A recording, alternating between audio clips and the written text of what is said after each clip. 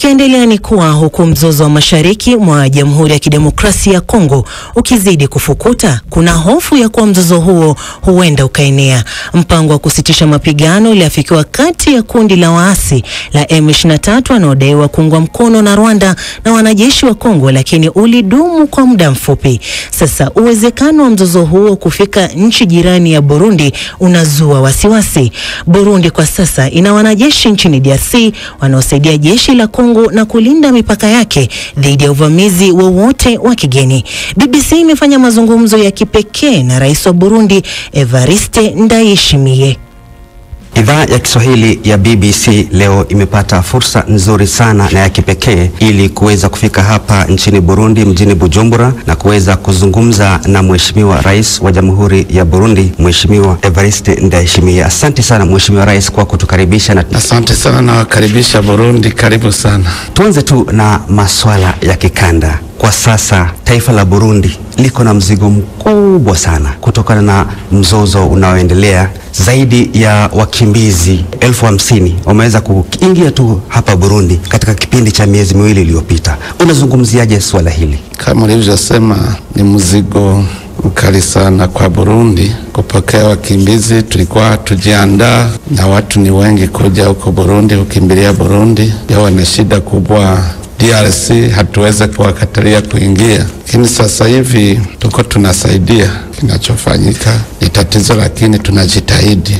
Wale ni wandugu zetu, wajirani wetu, wakija wanakuja nyumbani. Na kwa historia unajua Bujumbura ilikuwa ni mji mkuu wa East DRC, Rwanda na Burundi wakati wa ukoloni. Sasa Wakongo wanajisikia nyumbani na Warundi wakiona Wakongo wanaona kama wandugu.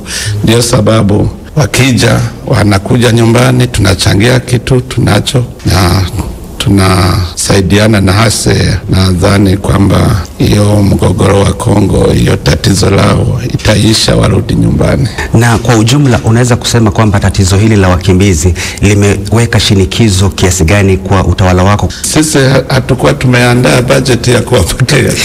Tunafanya siku kwa siku, tunatafuta chakula, usaidizi wowote. Naona watu wanachangia. Leo naona association fulani naenda na wasaidia. Kesho kuna wengine watu Warundi, kwa historia yao ni watu wana mapokezi mazuri, ni wanasaidia wageni. Sasa hatuweze kusema tumefanya bajeti yao, lakini mimi naona na Warundi wengi wanasaidia na serikali inasaidia. Sasa hivi hawajapata tatizo kubwa sana, lakini tunaona siku zijazo vitu kiendelea tutapata shida. Burundi imehusika pakubwa sana katika harakati za kurejesha amani kule DRC, ikiwemo hata kuwatuma wanajeshi kuwasaidia kurejesha amani. Unadhani hii mpango yote inaashiria nini hasa katika kulinda maslahi ya taifa la Burundi? DRC sio nchi ya kwanza Burundi nasaidia kurudisha amani. Najua sisi mwaka 2007 tuko Somalia. Nakumbuka Somalia ilikuwa nchi bila nchi, lakini wakati tumeenda tumesaidia sana Somalia. Central Africa tuko huko na tunasaidia sana, na DRC ni jirani, lazima kama wana tatizo tuwasaidie. Tumetuma jeshi, muda tumeenda tulikuwa tumesikilizana na region yote kwenda kusaidia jeshi la DRC kulinda amani ya raia. Sasa hivi naona DRC kwenye region kuna Burundi, Tanzania na Uganda.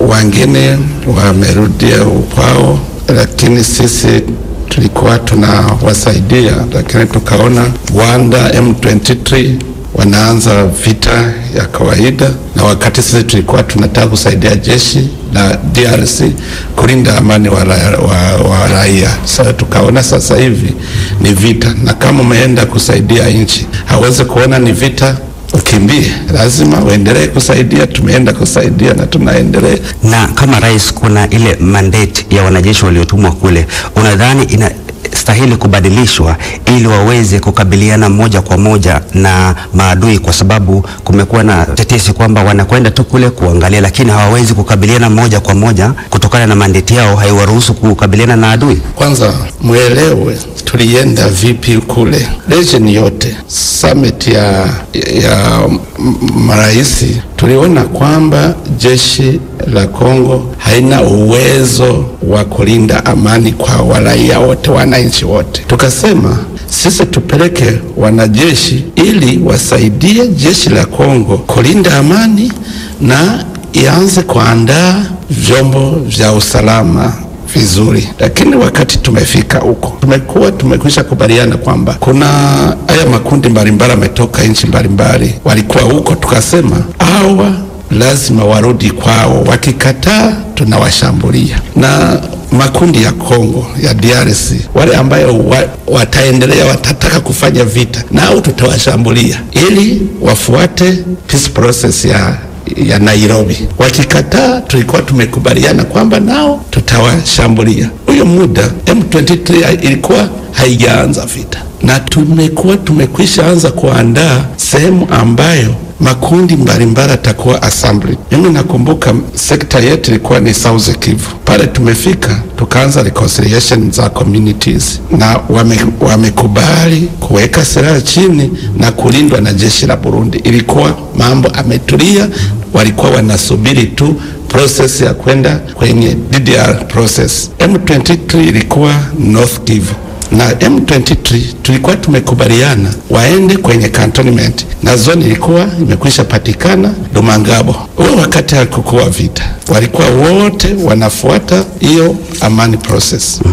Lakini wakati tunaandaa hiyo sehemu ambayo wapiganaji wa M23 watakusanyika, ndiyo wakati wameanza vita. Majeshi yangine akakataa kufanya mission ambayo tumekubaliana. Ilikuwa mtu ambaye hataki amani kumshambulia, lakini sisi Burundi tulipalikuwa panatulia bila tatizo. Mheshimiwa Rais, kulingana na hali ilivyo kwa sasa, kama taifa la Burundi, je, wewe unaunga mkono juhudi za kutumia nguvu za kijeshi kutokea Kivu ya Kusini mpaka Kivu ya Kaskazini ili kuweza kutokomeza makundi haya yenye silaha? Sisi tumeenda kusaidia DRC kurudisha amani na kulinda walahi. Lazima tufanye hiyo vision. Ndio sababu utaona na hadi sasa hivi tunasaidia.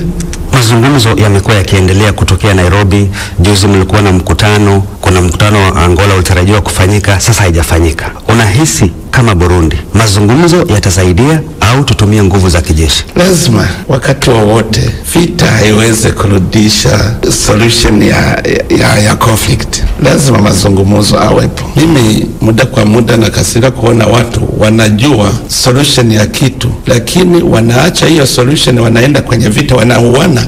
Baada ya kuuana wanaanza mazungumzo. Na sasa hivi mimi naomba wote wakubali kuzungumza ili wapate amani. Na kama unapata amani bila ushindi wowote, ndio muda mnajenga nchi pamoja. Na kama kuna mshindi ataendelea kuona mwingine kama adui. Lakini kama mnazungumza, mnapata solution pamoja na mnaendelea kujenga nchi pamoja na kuna confidence. Unadhani rasilimali zetu hasa madini ambayo yanapatikana katika eneo hii ndio inasababisha haya malumbano kiasi kwamba wengine wanaona kuna kundi ndogo linakula na wengine hawakuli? Ndio sababu good governance ni kitu muhimu. Tuna natural resources nyingi hapa kwenye region. Sione sababu gani sisi tunataka kugombana kwa bure.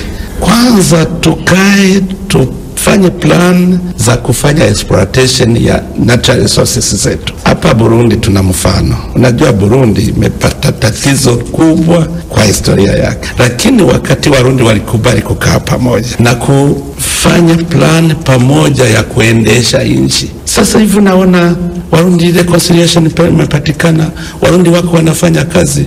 Unaona tuna chakula sasa hivi, tunaendelea na mazungumzo. Hauone watu wanataka kugombana. Tukiwa maskini sawa, lakini tuna mtaji ni natural resources. Watu sasa wakae tuendelee.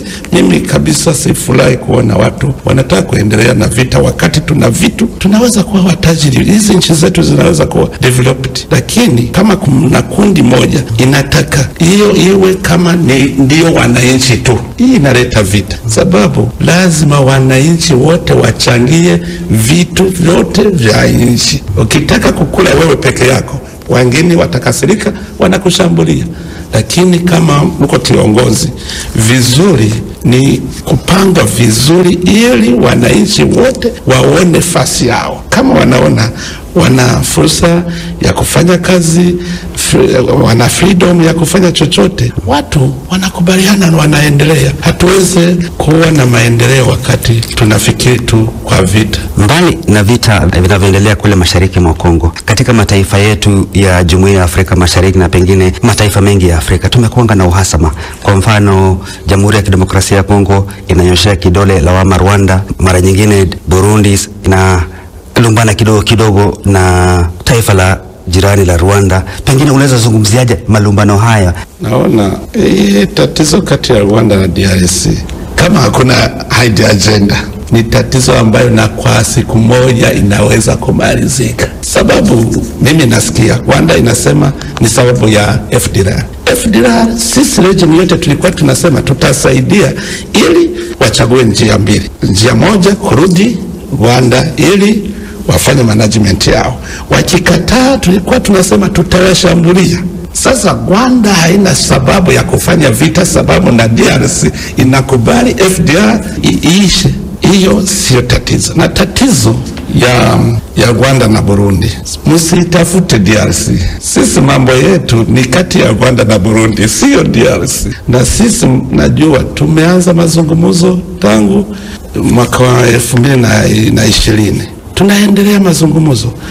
Na mazungumzo kati yenu na Rwanda, unaweza kusema yamefika wapi sasa? Kuna matumaini ya Rwanda kuwakabidhi wale magaidi Burundi ili wafungulie mashtaka? Burundi na tunakubali bila condition kufungua mpaka. Nikafanya initiative ya kuzungumza na Rwanda hadi tukutane mimi na Kagame, akanikubalia kwamba atatuma watu. Niseme kwamba mazungumzo tumekwisha maliza, lakini kutekeleza ndio tatizo. Sasa hivi mimi natuma na watu wamwambie, wamshauri ili atekeleze vile ambavyo tumekubaliana. Sasa kusema kuna mazungumzo kati ya Burundi na Rwanda tumekwisha maliza zamani.